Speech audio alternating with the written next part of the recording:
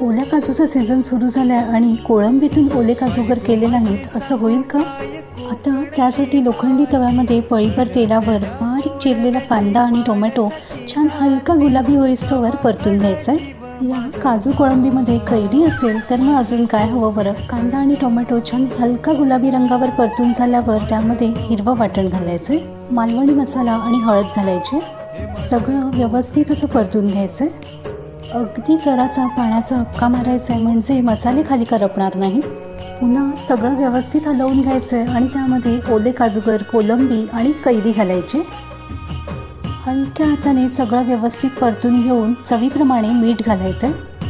खवलेला ओला नारळ आणि बारीक चिरलेली कोथिंबीर पेरायची. पुन्हा सगळं असं छान परतून घ्यायचं आहे आणि फक्त 2-3 मिनिटांची वाफ काढून घ्यायची.